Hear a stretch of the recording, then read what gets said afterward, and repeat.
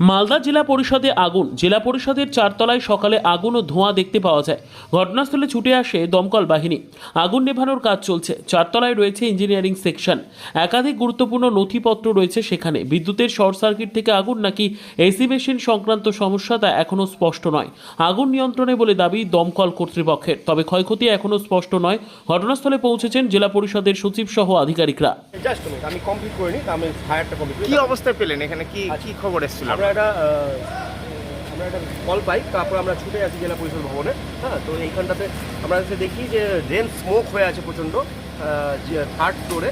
তো তখন আমরা সেই ড্রেন স্মোক এক্সিট করার জন্য আমরা কী করলাম যে আমরা বিয়ে সেট করে যতগুলো এক্সিট ছিল সেই এক্সিটগুলোকে খুলে দিয়েছি এবং স্মোক এক্সস্টটা আমরা ইউজ করেছি ফর যে স্মোকগুলোকে বাইরে এক্সস্ট করার জন্য। ঠিক আছে, এখন এই স্মোক এক্সস্টটা চলছে।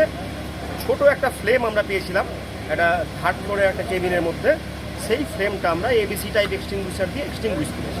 ঠিক আছে, কি মনে হচ্ছে? এই মুহূর্তে আর কোনো আগুন নেই, কিন্তু যেহেতু ভিতরে ধোঁয়া হয়ে আছে সেই ধোঁয়াগুলো বের হচ্ছে বাইরে, কী বলে যে স্মোক এক্সস্টারের মাধ্যমে। এটা বেরিয়ে গেলে আমি পুরোপুরি বলতে পারবো। মালদা জেলা পরিষদ, মালদা জেলা পরিষদের প্রশাসনিক।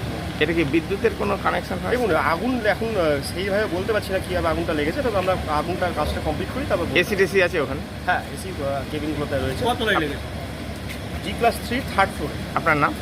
আমার নাম তীর্থঙ্কর দাস, সাব অফিসার, ইলিশ বাজার ফায়ার।